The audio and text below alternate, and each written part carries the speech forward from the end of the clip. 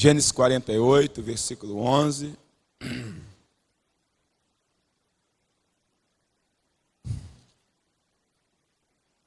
Somente esse versículo. Podemos ler também o 12.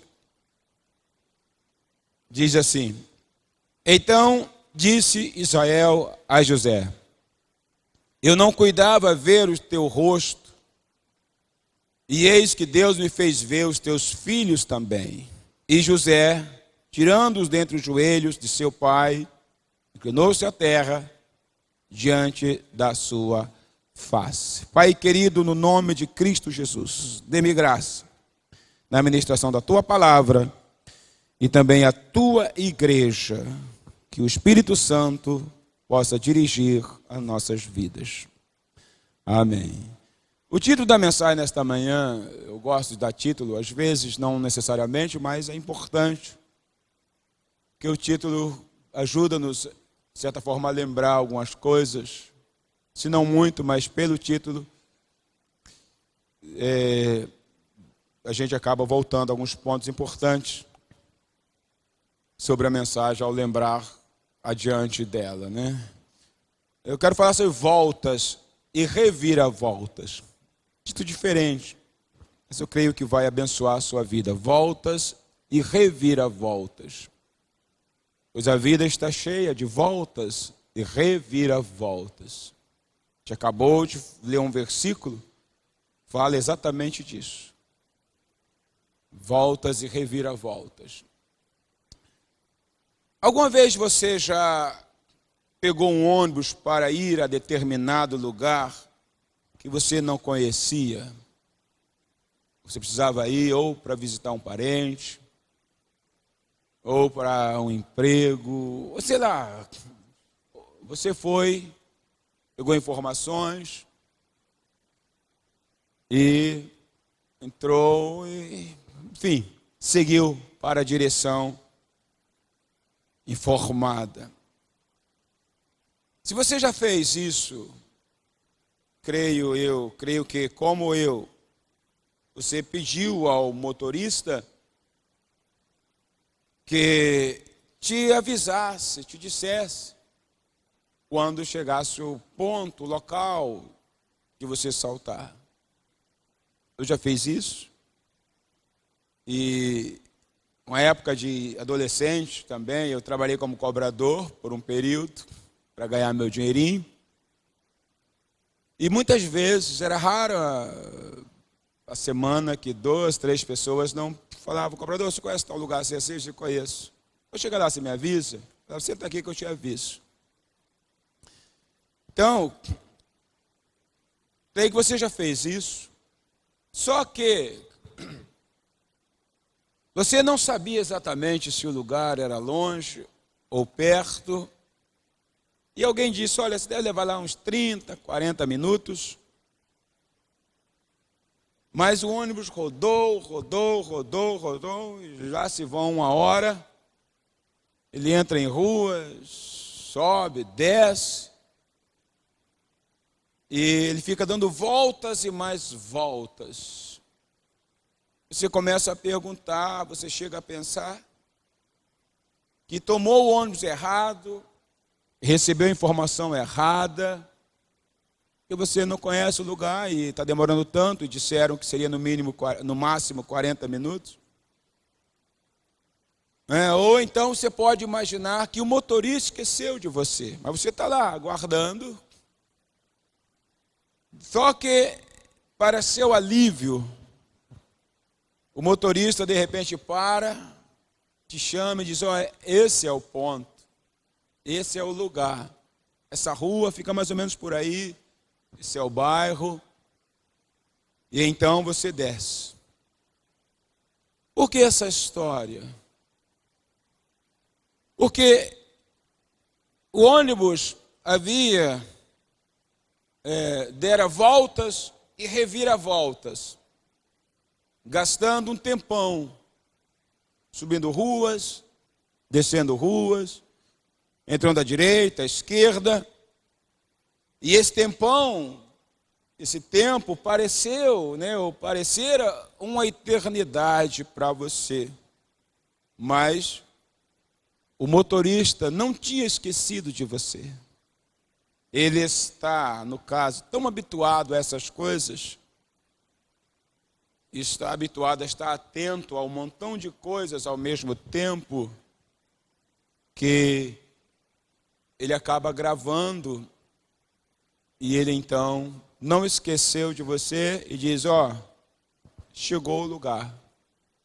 Mas você havia pensado que ele tinha te esquecido. Às vezes a vida se parece com uma viagem desse tipo na qual embarcamos. Custamos tanto a chegar ao ponto que tanto desejamos. Custamos tanto a ver mudanças. Custamos tanto a ver respostas de orações.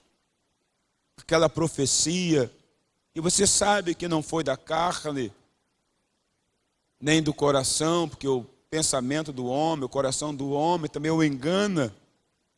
Às vezes a gente quer tanto uma coisa, confunde o nosso querer, nosso pensamento com a voz de Deus. Você sabe que não foi nada disso. Talvez você recebeu através de uma pessoa, ou de alguns canais, que sempre que falaram a mesma coisa, via de forma diferente, ou via canais diferentes, 6 pessoas, promessa, uma situação que nasceu em seu coração, enfim, essas coisas começam a mexer com você, mas demora tanto a chegar, Parece que está levando tempo demais. Solução de um problema, o anseio da descoberta de um relacionamento, um amor, alguma coisa que faz diferença na sua vida. Em alguns casos, para algumas pessoas, a questão do casamento, o matrimônio, a cura de uma enfermidade, o emprego. Isso leva tempo demais.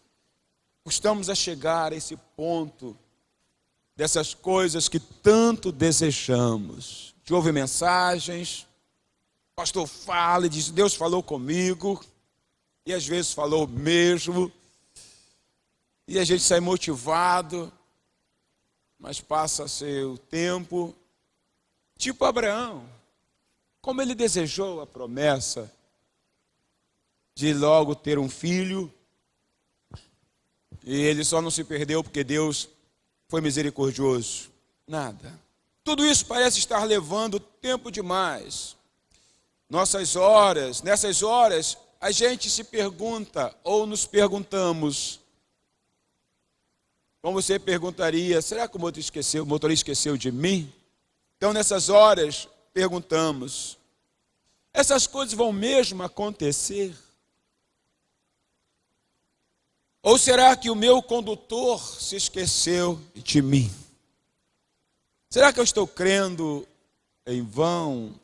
Ou eu preciso confiar no meu condutor? Como eu não conheço o lugar?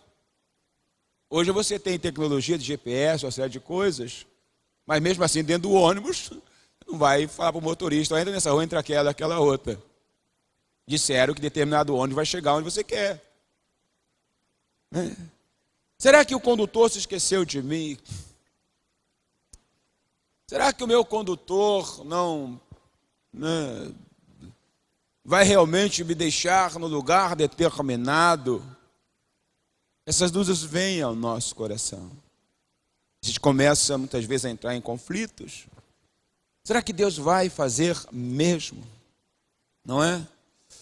E de repente, aquele condutor se lembra de você. Esse é um resumo interessante da nossa vida. De que Deus, da confiança que precisamos ter em Deus e das dúvidas que sobem ao nosso coração. Quando Deus veio e anunciou a Sara, anunciou a Abraão, não falou com Sara, mas Sara estava ouvindo que um ano depois daquela visita, ela daria à luz, estaria amamentando, ela riu. Riu. Ela disse: agora, durante o período em que eu poderia dar à luz, ela tinha um problema de esterilidade. Ela riu, porque é normal, não é uma coisa anormal. Mas a grande pergunta que eu quero que você guarde é: essas coisas vão mesmo acontecer comigo? Esses anseios, essas coisas que desejamos chegar ao ponto, que demoram tanto chegar ao ponto que desejamos? Será que o meu condutor se esqueceu de mim?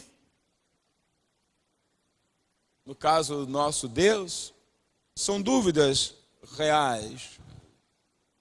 Então isso traz ao nosso coração algumas aflições. Porque às vezes parece que Deus esqueceu da gente. Às vezes parece que as coisas estão dando voltas e reviravoltas e não vai chegar a lugar nenhum. Vale a pena ficar esperando? Mas se eu abandonar a confiança? Mas se eu desistir? E a gente tem que confiar no condutor.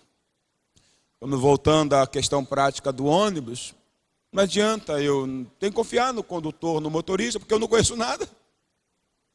Eu tenho de confiar de que ele vai se lembrar de mim. E quando chegar o momento, ele vai dizer: moço, senhor, sei lá, esse é o lugar. E eu presenciei muito isso como cobrador. E também já, ao pedir algumas informações e confiar, sentar no banco da frente ali, onde tivesse lugar, ou ficar em pé aguardando. Eu falei assim: ó, é aqui. Sua vida está na mão daquela pessoa, que é humana, mas você tem que confiar nela. Então vem a pergunta: será que o meu condutor, Deus, esqueceu de mim? Será que o meu condutor realmente vai fazer com que essas coisas aconteçam? A vida de Jacó é um exemplo dessas voltas e reviravoltas. Talvez não tenhamos personagem que sofreu tantos reveses na vida do que Jacó. Eu fiz um pequeno resumo, eu vou traduzir aqui um pequeno resumo da vida dele. E quando você começa a fazer um resumo, você vê como este homem sofreu, como sua vida teve voltas e reviravoltas durante a sua jornada de mais de 130 anos. Volta e reviravoltas.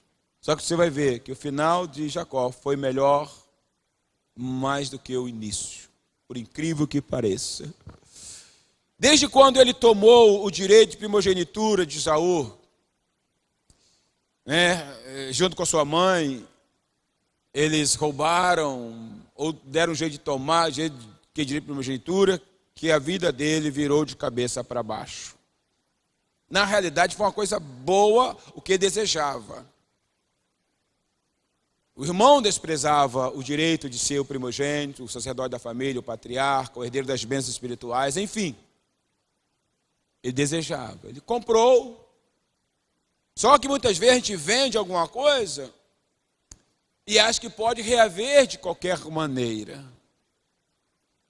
E depois, Esaú, quando chegou o tempo, queria a bênção. Isaac, por sua vez, queria abençoar Esaú. Ele tinha passado o seu direito de primogenitura. Se foi correto ou não, ele cumpriu-se o desejo de ser o primogênito, o direito de primogenitura, mas a coisa aí mudou muito para a vida dele. Mesmo tendo sido abençoado, ele precisou pagar um preço muito grande.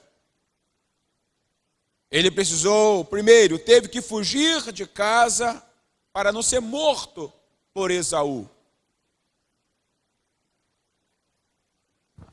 Depois ele foi enganado, ele foi para a casa da parentela, seu tio, irmão de sua mãe, Labão. E lá ele foi enganado por Labão, que era, vamos dizer, casca grossa. Um verdadeiro, 171, no sentido da palavra. Um homem de um caráter terrível. Amava o dinheiro, fazia de tudo para tê-lo e para passar a perna em outras pessoas. Em casa de Labão, ele se apaixonou por Raquel. E ele não tinha como pagar o dote. Estava longe de casa. Seus pais, não tinha como. Ele então disse, eu vou trabalhar 7 anos por ela. Ele começou a trabalhar para Labão. Labão disse para ele, olha, porque és meu parente, você vai trabalhar de graça para mim? Ele disse, qual é o teu salário? Ele disse, não quero salário, eu quero trabalhar 7 anos por Raquel. E ele trabalhou 7 anos por Raquel. Mas quando ele chegou ao tempo de receber, ele tinha pago o dote, o trabalho de 7 anos. Labão lhe deu Lia e o enganou. E disse, você vai trabalhar mais 7 anos. Ele acabou trabalhando 14 anos para ter o amor de Raquel. 14 anos, irmãos. E pagar um preço 14 anos para ter o amor de alguém. Porque ele a amava. Mas o amor vale a pena. Não só o amor, é aquilo que você realmente deseja. Vale a pena pagar o preço? Porque às vezes nós queremos coisas grandes, mas queremos pagar um preço pequenininho. Aí você quer uma mansão, aí você quer gastar pouco. Eu tenho um canal fechado, alguns talvez assistam, vou até ver propaganda grátis, mas eu gosto de assistir Irmãos à Obra. Vou nem perguntar quem assiste isso. Quem assiste é problema seu, porque eu assisto é problema meu também. Mas chega lá pessoas e procuram esses irmãos, Jonathan e Drew. Um é construtor, é design de interiores e construtor, o outro vende móveis, fugiu o nome, corretor. E a pessoa descreve a casa que quer. E aí diz, meu orçamento é $800 mil, é $500 mil, é $1 milhão. É só um empréstimo bancário, na maioria. Aí o Jonathan, que é o corretor, leva a pessoa, ela quer a casa dos sonhos. Às vezes são 300 mil, depende. Aí ele vai, leva a pessoa para ver casa e mostra uma mansão. Você assiste? Mãos à obra? Então sabe o que estou falando. Uma mansão. E a pessoa fica encantada. Essa é a casa dos sonhos. Entra no banheiro da suíte e fala, olha, eu moraria aqui dentro. Vai no closet. E o closet tem closet desde lá que é maior do que a nossa casa. E o cara fica encantado. Mostra o terreno, mostra o quintal, mostra tudo. E a família, o casal fica encantado. É aqui. Aí ele pergunta, você tem ideia quanto vale essa casa? Aí ele fala o preço. Normalmente 300, 400 mil acima do orçamento. Aí a pessoa diz, Aí pergunta, por que você me trouxe aqui? Ele disse, olha, porque você quer algo que o seu dinheiro não pode pagar. Então você tem que pagar um preço. Por que não comprar uma casa para reformar? E eles deixam um paraíso, né? É incrível. Tem maratona de sábado, do meu, toda quinta-feira eu assisto. Não tem beijo, não tem sexo, nada disso. Essas coisas imundas, da forma que ocorre. E no final eles compram a casa, reforma, fica uma coisa linda. Mas ele pagou um preço. A reforma dá trabalho. Ele não, o cliente, os compradores. Às vezes surgem imprevistos e eles têm que gastar mais para cobrir aquele imprevisto. Talvez são vigas, tem que tirar porque a antiga está cedendo, elétrica tem que renovar tudo, e quem paga é o proprietário por essas despesas extras. Na nossa vida existem despesas extras. Na nossa caminhada, seja ela qual for, existem despesas extras. E nós às vezes queremos grandes coisas, mas a preço de banana. Quanto vale o teu sonho? Porque eu entendo que eu devo ir até o final, pois a última palavra é de Deus, e Ele vai dar essa última palavra. Ou sim, ou não. Não é porque agora haja silêncio que seja um não, ou seja um sim.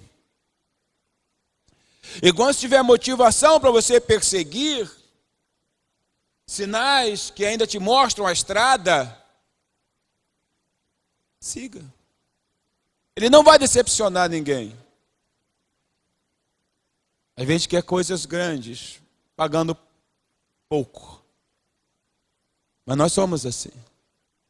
Jacó, então, por amor a Raquel, o amor que ele tinha por ela, valia a pena esperar. 14 anos. Não foi fácil. E ele pagou o preço. E depois disso tudo, ele continuou sendo oprimido. Depois de 14 anos, continuou trabalhando para seu tio, que mudou seu salário 10 vezes. 10 vezes. Era um verdadeiro enganador mesmo. Finalmente Deus o socorreu. Quando chegou o momento dele voltar, porque tem o momento da mudança. Tem o momento em que haverá uma mudança. Deus olhando e vendo como Labão tratava Jacó.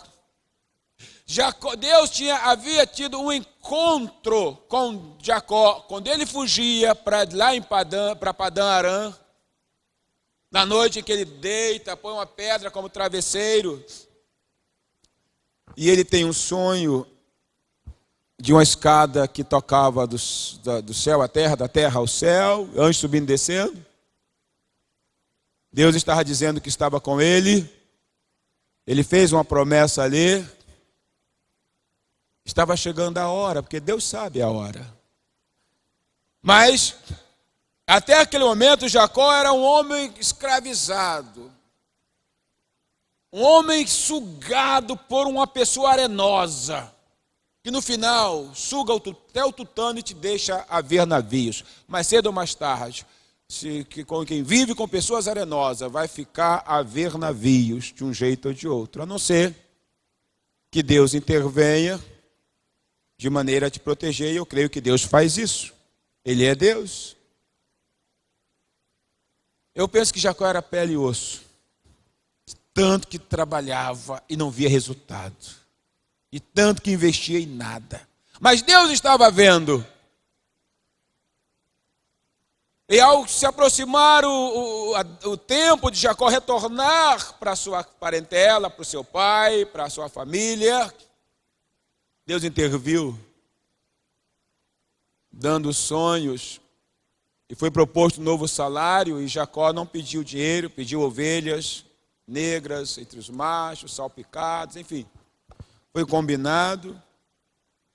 Labão novamente pegou as ovelhas que poderiam dar esse tipo de cria, afastou, mas Deus interviu, houve uma visão, houve varas negras que Jacó descascou, e levou as ovelhas para...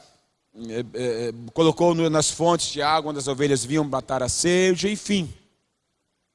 Pulando um pouco muitos detalhes, Deus interviu e Jacó foi prosperando, e veio a ter tantos animais que ele ficou rico, mais rico do que Labão, e as pessoas começaram a dizer que Jacó tinha tomado a riqueza de Labão, mas não era verdade. Labão, que agora não tinha mais aquela fonte, porque Deus havia abençoado Labão por causa de Jacó. É incrível como por causa de gente ruim muitas vezes é abençoado por causa de gente boa. Diga ao seu vizinho, muitas vezes, gente ruim é abençoado por causa de gente boa, que tem o Espírito de Deus. Mas diga mais, mas essa bênção, na vida dessas pessoas, não dura para sempre. É Bíblia, irmãos.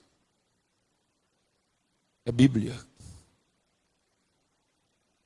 Então, começou uma inimizade, porque agora ele não podia mais sugar de Jacó. Jacó teve que fugir. Pegou seus bens, sua família, as duas esposas, Lia e Raquel, os filhos, não sei quantos filhos tinham nessa época, mas não eram 12 ainda, e ele foge. Labão sai em sua perseguição. Ainda diz que ele roubou as mulheres deles. Ora, ele pagou por elas. Não é?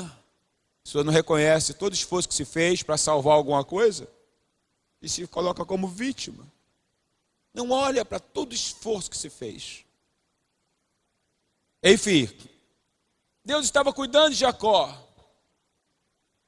Deus era com Jacó. Estava cuidando. Apesar do preço que ele pagava, Deus estava cuidando. Deus apareceu em sonhos, quando ele fugiu, saiu da sua casa. Deus o abençoou, para que ele não saísse da casa de Labão com a mão não na frente e outra atrás, porque Deus é fiel. E agora Deus aparece a Labão à noite em sonho e diz: olha, não fale a Jacó nem bem nem mal, olha lá, não toque a mão em Jacó. Deus estava aguardando. E ele então teve que obedecer a Deus, alcançou Jacó com seus irmãos e outras pessoas. E lá houve Jacó desabafou, dizendo: você me roubou, você mudou meu salário 10 vezes, como eu já disse, eu trabalhei assim, você... Mas Deus agiu, Deus mudou, porque chega o tempo que Deus muda. Chega o tempo que esse Deus poderoso muda. Apesar de ele estar agindo, mas chega um tempo em que ele age de maneira específica. Enfim, houve uma aliança, cada um seguiu para o seu lado. Jacó continua seu caminho, aí ele fica sabendo, houve paz. Uau! Mas de repente ele entra numa tensão terrível. Ele vai seguindo o seu caminho, quem ele fica sabendo que vem ao seu encontro? Esaú, seu irmão. E vinha com 400 homens. Para que o irmão vai encontrar um outro com um exército de 400 homens? Para arrebentar com Jacó.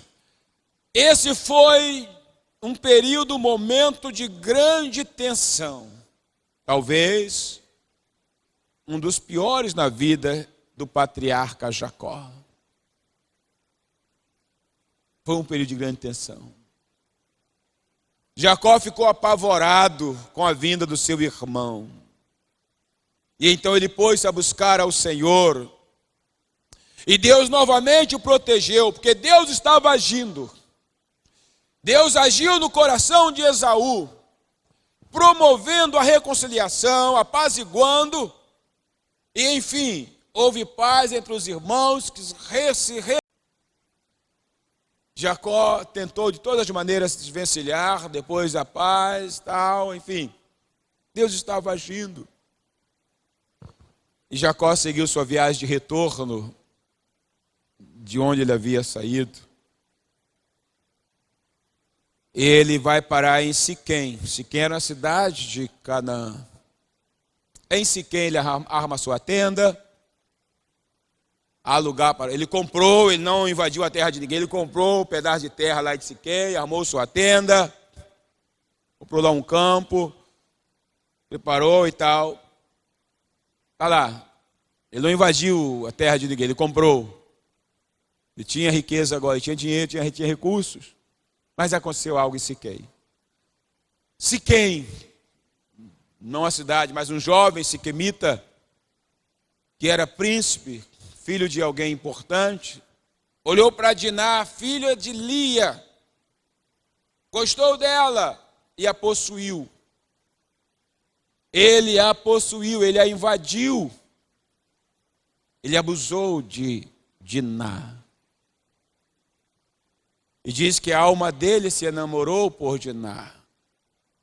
Ele vai falar com Jacó para pedir Diná em casamento. E os irmãos então disseram: não, nossa irmã não podemos envolver com incircuncisos. Mas diz que Siquém estava tão apaixonado por Diná, sei se era paixão, séria, enfim, vamos entrar em detalhe, porque também não tem como. Que ele propôs, só daremos nossa irmã a Siquém se todos os homens aqui de Siquém, dois siquemitas, sejam circuncidados como nós somos. E assim eles fizeram. Siquém praticou a circuncisão, né? Tentaram formar uns prosélitos. Mas ao terceiro dia, Diná foi levada para a casa de Siquém. Mas ao terceiro dia, quando a dor era grande da circuncisão, do corte, da circuncisão masculina, Simeão e Levi invadiram Siquém, mataram todos os homens. Estavam indefesos, mataram todos os homens, trouxeram Diná de volta, levaram os animais, as mulheres, as crianças, e então Jacó, que estava estabilizado em Siquém, teve que fugir novamente, armar sua tenda e fugir para Betel. Apesar da situação horrível, Deus estava agindo. Siquém não era o lugar de Jacó. Quando chegar ao lugar, você vai ter paz. Não era o lugar. Também seria horrível Diná casar-se com um cananeu. Apesar da atitude horrível, a maldade do coração ali, Deus estava agindo. Não foi Deus que fez aquela traição, mas Deus sabia e estava agindo. Jacó tem que fugir. Orientado por Deus, ele foi para Betel. Veio o terror de Deus sobre as nações ali, as vizinhanças que souberam do fato, e os demais moradores, e ninguém perseguiu a Jacó. Jacó vai para Betel. Lá ficou um tempo. De Betel, Deus manda ele ir para Efrata. Antes de chegar a Efrata, Raquel, a amada de Jacó, que já havia dado a luz a José, dá a luz a Benjamim. Só que a gravidez e o parto é penoso, e Raquel vem a falecer. Com pesar, Jacó a sepulta. O menino sobrevive, é dado o nome, ela chamou Benoni, filho da minha dor, amargura, coisa parecida. Mas Jacó mudou, não, vai ser Benjamim. Benjamim. E então nasceu o 12º filho. Os 2 últimos foram filhos da mulher amada. Interessante, né? Os 2 últimos serão filhos da mulher amada. Às vezes você pensa que já viveu tudo que Deus tem para viver. Às vezes você não espera nada do futuro. Não estou falando só de amor no sentido conjugal, novo relacionamento. Pode ser. Eu estou dizendo assim, como às vezes, né? Deus tem o melhor para quando você não espera. Diga ao seu vizinho, muitas vezes, o melhor de Deus na sua vida é para uma época que você não espera. Eu fiquei imaginando, por que os 2 últimos filhos, quais ele mais amou, foi de Raquel. Porque ele teve com Lia um montão, com Bila outro montão, a outra concubina de Raquel, eu não lembro se era... enfim. Mas o melhor na vida dele, os 2 últimos, foi com a mulher que ele amava. Raquel. Que coisa, como Deus é fantástico, meus irmãos. A cada dia que eu leio a Bíblia, a cada dia que eu vasculho a Bíblia, eu me surpreendo. Você fala, agora, só asilo. Amarrado, irmão. Só se for um bem luxuoso, melhor do que sua casa, com todo o conforto e com toda a família lá morando junto. E olhe lá.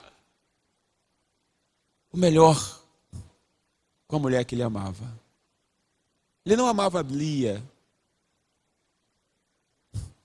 Ele amava Raquel, porque foi por ela que ele pagou o preço. E ela que era o propósito de Deus para a vida dele. Ela morre, ele caminha, vai até chegar, né, a Berseba, ele vai, finalmente, morreu a mulher amada, ele continua, e ele finalmente vai visitar seu pai, volta e chega onde está seu pai, Isaac. Eu quero ler isso com você, Gênesis 35, 27 a 29. Isso é interessante. Gênesis 35, né? Diz assim, 27. Veio Jacó a Isaac, seu pai, a Manre, a Kiriate Arba, que é Hebron, onde peregrinaram Abraão e Isaac. Foram os dias de Isaac, 180 anos. Isaac viveu para burro, velho e farto de dias, ou seja, próspero. Expirou Isaac e morreu, sendo recolhido ao seu povo. Esaú e Jacó, seus filhos, o sepultaram. Finalmente ele chegou a Isaac. Demorou.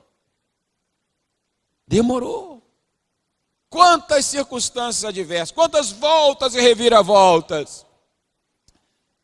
Mas, reconciliado com seu irmão, conformado com a morte da mulher amada, mas com herança abençoada, com 2 filhos que ele amava. Finalmente, não é? O pai morre, sepulta, fica ali na região, naquelas regiões onde a família residia. As coisas vão se acalmando. Finalmente, não é? Depois de tantas voltas e reviravoltas, tanto para descer a Padã Arã, quanto para retornar, muitas voltas, reviravoltas. Esse ônibus demorou demais. Será que Jacó não pensou algum dia? Será que Deus não me ama? Será que Deus, o meu condutor, vai realizar o sonho de eu ver meu pai, de eu voltar para minha parentela, de eu trabalhar por mim mesmo, de eu ter minha vida? Ou será que o meu condutor se esqueceu de mim e eu estou esperando em vão? Porque a minha vida tem dado voltas e reviravoltas. Finalmente, o velho Jacó pensou, agora, apesar de você estar com a minha Raquel, mas eu vou ter paz. Os filhos estão crescendo, os meninos estão se envolvendo, estou entre a minha parentela, voltei para a terra onde nasci, finalmente. E a vida vai tocando. Só que ele não sabia que uma experiência traumática ainda fazia parte dos planos de Deus. Uma experiência terrível estava para acontecer. Mas fazia parte dos planos de Deus. Estava dentro do controle da soberania dos propósitos divinos. José, o filho da mulher amada, foi vendido para o Egito pelos próprios irmãos, como nós sabemos.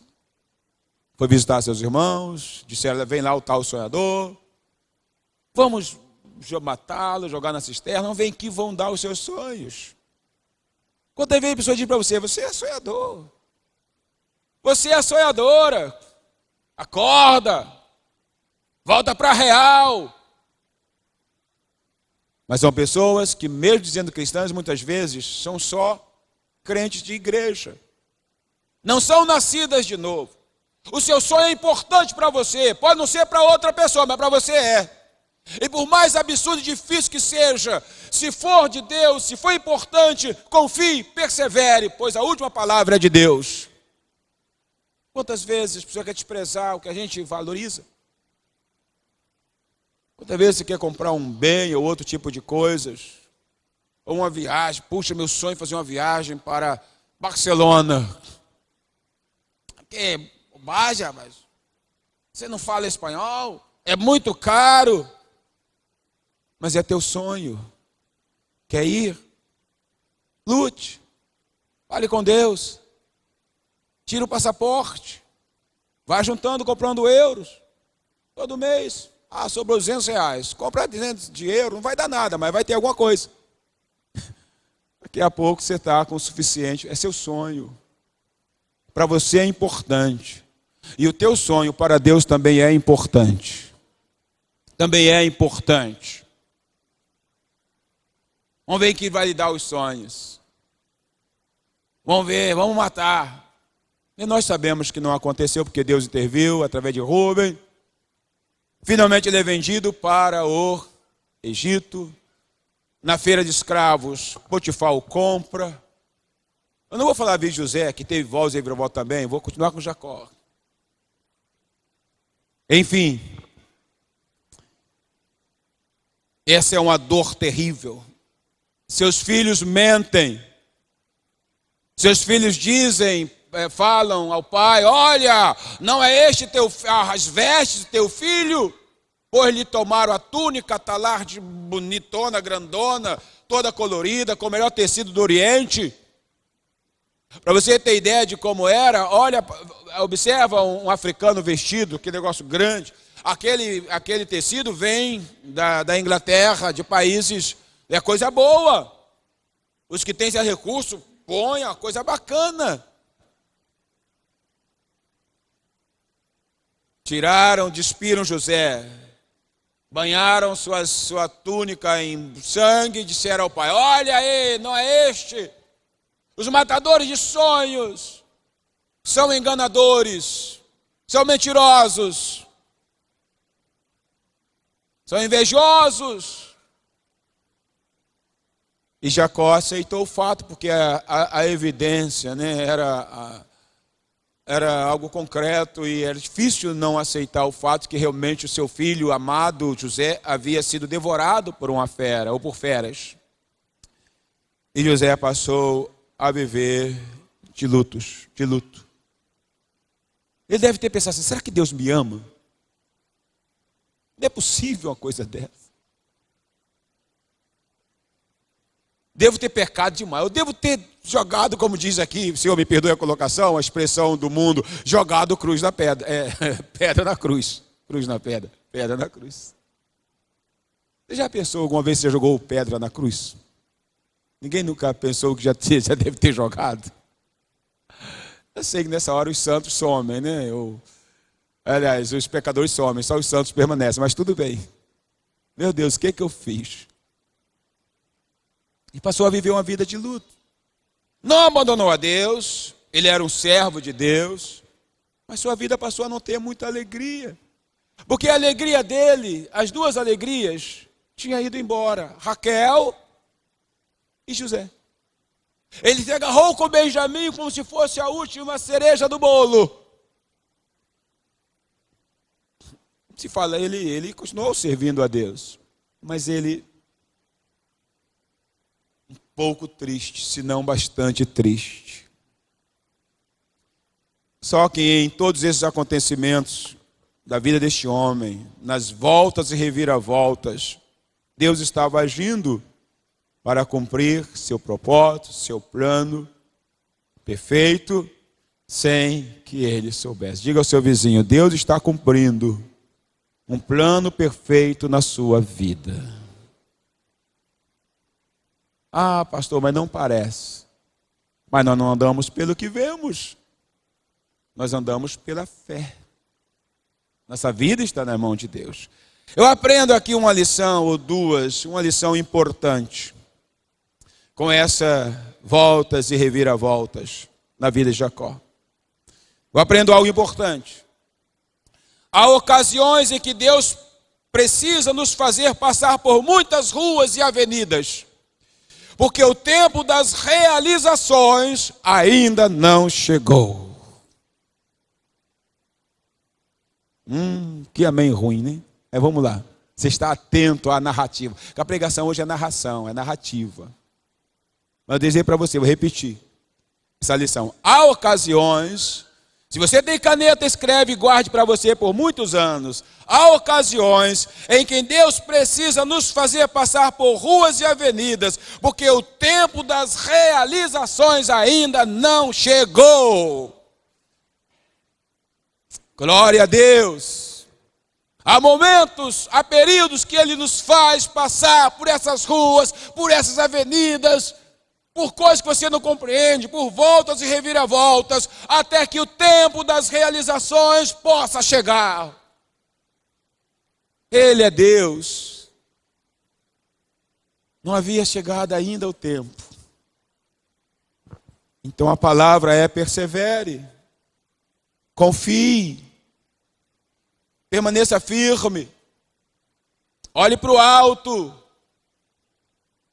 mantenha olhando firme, olhando para Jesus. Se Jesus tivesse dado ouvidos a tudo que ouviu, gente dormia e acordava com ele, entre seus discípulos, a família, tudo, você está louco, o que você faz é loucura.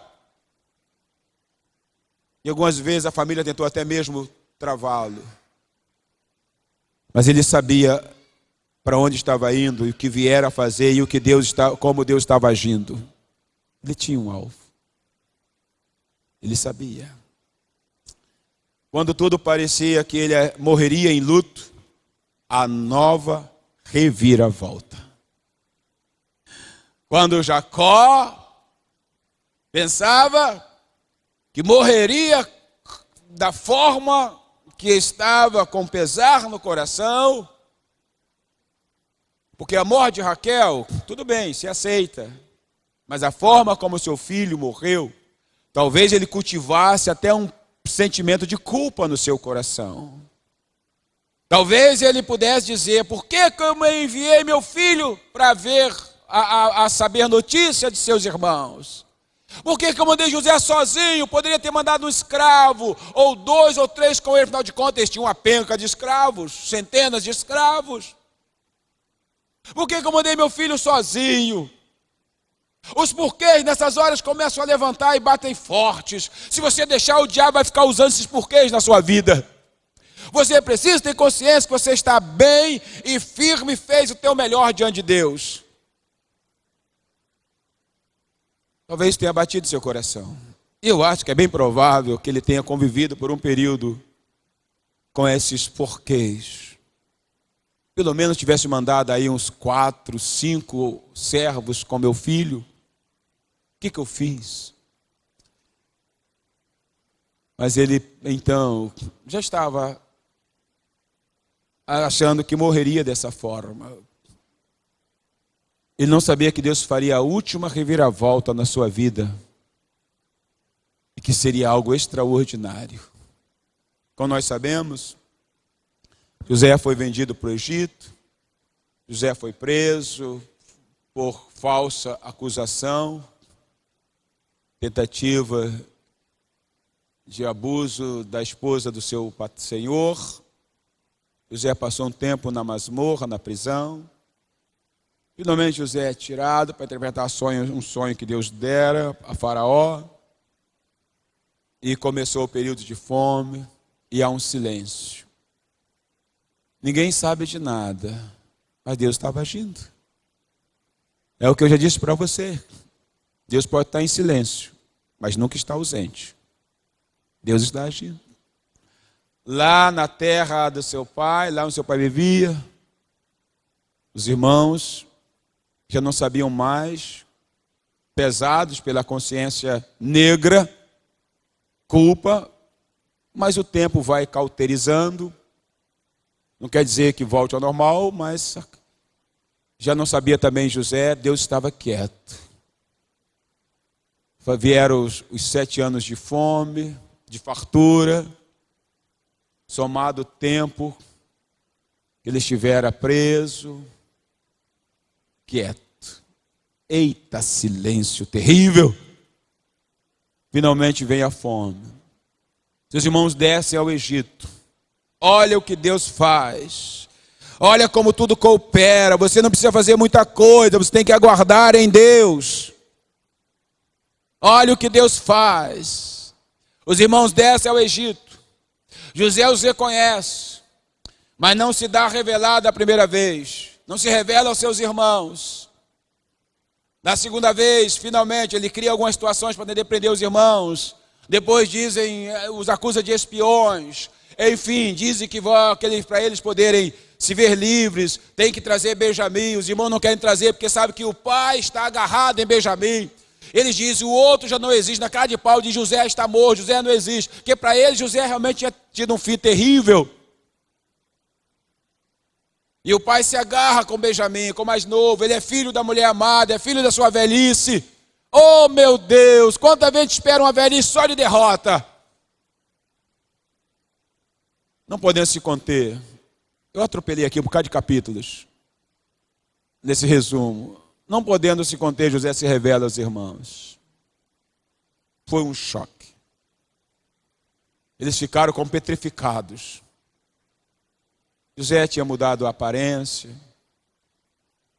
José estava vestido como egípcio, mas dentro dele ele era um israelita, mas tinha que se portar, vestir. Falava por intérprete, não aprendeu a língua dos egípcios, mas então ele entendia tudo, só que ele falava por intérprete. Ele se revela. Jacó já havia aceitado o fato de morrer de luto por causa do filho.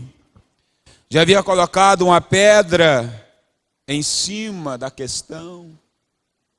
Também já havia parado de se culpar por tê-lo enviado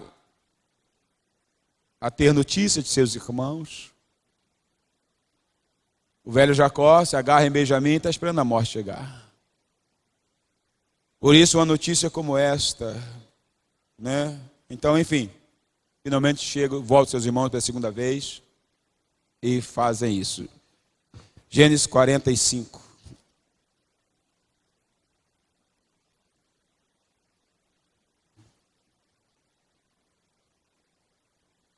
Gênesis 45, 25. Diz assim, ó. 25. Então subiram do Egito. 24. E despediu seus irmãos. Ao partirem, disse-lhes: não contendais pelo caminho. Então subiram do Egito e vieram à terra de Canaã, a Jacó, seu pai. Eles disseram: José ainda vive e é governador de toda a terra do Egito. Com isto o coração lhe ficou como sem palpitar, porque não lhes deu crédito. Não lhes deu crédito. E a razão é óbvia. Ele não deu crédito. Porque a notícia, ele já havia sepultado também José no seu coração. Ele já havia sepultado tudo, colocado essa pedra. Já havia aceitado morrer daquela forma. Portanto, uma notícia como esta era bom demais para ser verdade. Seria algo que parecia como essas boas novas, né? Como algo celestial. Bom demais para ser verdade. Não acreditou. O coração se agitou. Mas ele deve ter pensado: vocês confundiram José. Alguém parecido. Era alguém semelhante, nada a ver com José, vocês se enganaram. Não sei se já tinham revelado, porque ele disse que eles encontraram, na época que anunciaram a morte de José, eles disseram que tinham encontrado a túnica toda rasgada. Então o pai acreditou. Logo, para o pai, eles também achavam que o irmão estava morto, mas eles sabiam que não era bem assim. É bom demais para ser verdade. Não é? Esse é o impacto que a gente tem. Quando aquilo que muito desejamos, a gente abre mão, cai no esquecimento, ou aceitamos, de repente vem essa possibilidade de que vai acontecer, você fala: é bom demais para ser verdade.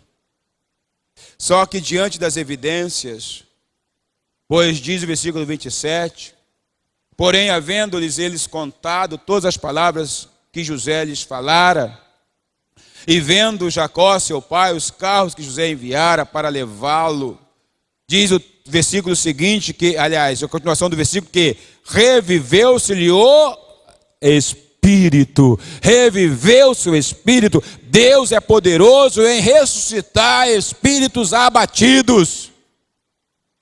Amém, irmãos? Deus é poderoso para trazer a esperança. Ele é o Deus de toda a esperança. Ressuscitar a esperança.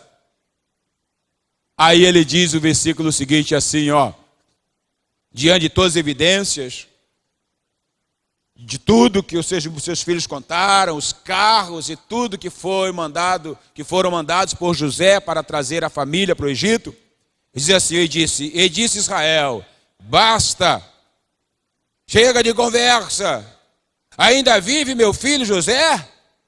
Ele é vivo? Irei e o verei antes que eu morra. Glória a Deus, glória a Deus. Ajuntou a família e preparou tudo e partiu para o Egito. No meio do caminho, aliás, antes para o Egito, ele foi fazer o quê? Ele foi a Berseba agradecer a Deus. O Deus que ele nunca deixou de ser fiel. Agora, pense bem se Jacó tivesse chutado o balde e amaldiçoado o Senhor com palavras de blasfêmia, jogado blasfêmia contra Deus, falado mal de Deus, dizendo é assim que o Senhor me trata, porque muitas pessoas estão achando que Deus está tratando você mal. E Deus não trata ninguém mal. Não. Ele estava triste, mas ele continuou fiel a Deus. Então ele foi para Berseba, versículo 46. Partiu, pois, Israel com tudo o que possuía, e veio a Berseba, e ofereceu sacrifícios ao Deus de Israel, de Isaque, seu pai. Ele foi lá e agradeceu a Deus, espírito renovado, alegria nos olhos, ansiedade no coração para encontrar-se com José, ansiedade para encontrar com a pessoa amada, ansiedade para ver encontrar com a situação que veio para mudar completamente. Mas ele foi lá dobrar os joelhos. Ele foi agradecer. Deus então disse a ele, pela primeira vez Deus aprova uma descida para o Egito. Não aprovou a de Abraão, não aprovou a de Isaque, e até o proibiu, mas ele aprovou o de Jacó, porque estava dentro da sua vontade. Era o propósito de Deus. Então diz o versículo 3, então Deus apareceu a ele numa visão e disse assim, ó, falou Deus com ele em visões: eu sou Deus, o Deus de teu pai. Não tema descer para o Egito, porque lá eu farei de ti uma grande nação. E mais, eu descerei contigo para o Egito, e te farei tornar a subir. Às vezes Deus vai com a gente para o Egito, porque Ele está nos mandando para uma situação, mas Ele nos faz retornar. E te farei subir, certamente. E ele diz, a mão de José fechará os teus olhos. Louvado seja Deus. O velho Jacó, revivido o coração, a fé, ele partiu para ver o filho. E foi porque os seus filhos não disseram que o tinham vendido.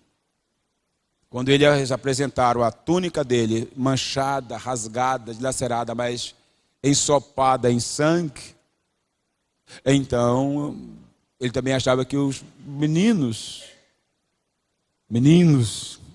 também não tinham certeza, dado como morto. Mas ele podia ter escapado. E ele pensava muitas vezes, se José escapou, por que não voltou? Ele então diz, meu filho está vivo. Ele corre para o Egito. Ele vai encontrar-se com seus filhos. Restaurado. Imagina a ansiedade deste homem para ver o filho. Imagina a ansiedade dele correr para lançar-se ao pescoço de José e vice-versa. E ele então vai e entra no Egito com as bênçãos de Deus. Às vezes a vontade de Deus nos faz entrar num Egito, não nesse caso aqui, lutas. Mas se for do propósito de Deus, as bênçãos de Deus vão continuar sobre a tua vida. E você vai retornar. Enfim, Jacó entrou no Egito com 130 anos. Lá ele viveu ainda mais 17 anos. Jacó ainda pôde viver 17 anos. de plena alegria, plena felicidade. Portanto, ao aproximar-se a sua morte, ele que nunca pensou fazer isto, pensava que o seu filho estivesse morto, filho que ele mais amava porque era o filho da mulher amada. Ele achava, acabou tudo. Ele agora, antes da sua morte, ele vai abençoar os filhos de alguém que ele tinham dado como morto. Por isso ele diz essas palavras fantásticas, que eu espero que elas sejam guardadas em teu coração. Eu espero que elas te acompanhem. E você possa, conforme a situação e necessidade de cada um, dizer. Olha o que é que ele diz, lendo o versículo inicial. Então disse Israel a José: eu não cuidava ver o teu rosto, e eis que Deus me fez ver os teus filhos também. Eu não esperava nem receber isso, mas não só recebi, como Deus fez muito, muito, muito mais do que eu poderia imaginar. Você pode dizer glória a Deus, irmãos? Glória a Deus, irmãos. Eu não esperava isso, mas Deus fez muito mais do que isso. Muito mais do que isso. Muito mais. Porque Deus é um Deus rico em abundância, um Deus misericordioso, um Deus que está agindo. E esse homem parte para o Senhor, abençoando todos os seus filhos, mas abençoando os netos de alguém que ele disse que ele pensava já não existir mais. Há coisa em nossa vida que acaba e não terá como ser recuperado da forma que imaginamos. Mas não quer dizer que Deus não vai restaurar de outra maneira, em outra situação, em outra pessoa, em outro emprego, etc, etc, etc. Mas há coisas que aparentemente parece que está morto, mas que Deus também pode ressuscitar. Deus é um Deus que nos surpreende. Eu não cuidava ver teu rosto, agora estou abençoando. E eis que Deus me fez ver os teus filhos. Você quer final mais maravilhoso do que este? Você quer final mais maravilhoso do que esse? Mas olha para a jornada de Jacó nessa ministração, nesse relato, como eu falei. Olha, quantas voltas, quantas reviravoltas. Muitas pessoas como ele, como Ruth e outras coisas mais, tiveram voltas e reviravoltas na vida. Mas uma coisa foi fundamental na vida dessas pessoas, para que elas pudessem dizer como Jacó em outras palavras: não esperava sair vivo dessa. Hoje eu já tenho tantos e quantos anos, eu não esperava ver isso reconstruído. Deus reconstruiu, eu vivo uma vida feliz e alegre na presença de Deus. Quantas? O que foi fundamental?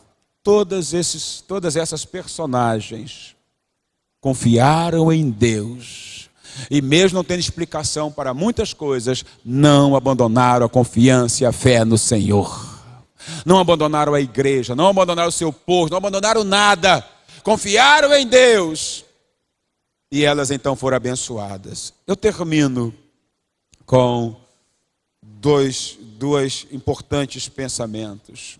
A vida pode dar muitas voltas, mas Deus sabe para onde está nos levando. Escreva isso, diga ao seu vizinho. A vida pode dar muitas voltas, mas Deus sabe para onde está nos levando. Pode dar muitas voltas, mas Ele sabe onde está nos levando. Ele sabe. A segunda coisa que eu digo para você: por isso confie em Deus, pois a única coisa capaz de nos impedir de chegar lá é a nossa descrença. A única coisa capaz de nos permitir chegar lá, evidentemente, dentro do propósito de Deus, é a nossa descrença. É a única coisa. Ninguém mais. Ninguém mais. Diz a palavra do Senhor, agindo eu, quem impedirá? Quem impedirá? Mas eu quero repetir essa penúltima frase. A vida pode dar muitas voltas, mas Deus sabe para onde está nos levando. Glória a Deus, glória a Deus. Deus abençoe a sua vida. Foi uma pregação um pouco diferente, narrativa. Mas que Deus te abençoe. Que o Espírito Santo tenha falado com você. O Espírito Santo tenha gravado, marcado algo em teu coração. Fique de pé no nome do Senhor. Glória a Deus. Glória a Deus. Amém, irmãos? Vamos dizer glória a Deus? Glória a Deus. Glória a Deus. Então não se intimide com suas voltas e reviravoltas. Deus está te conduzindo e Ele sabe para onde está te levando. Glória a Deus. Confie. Glória a Deus.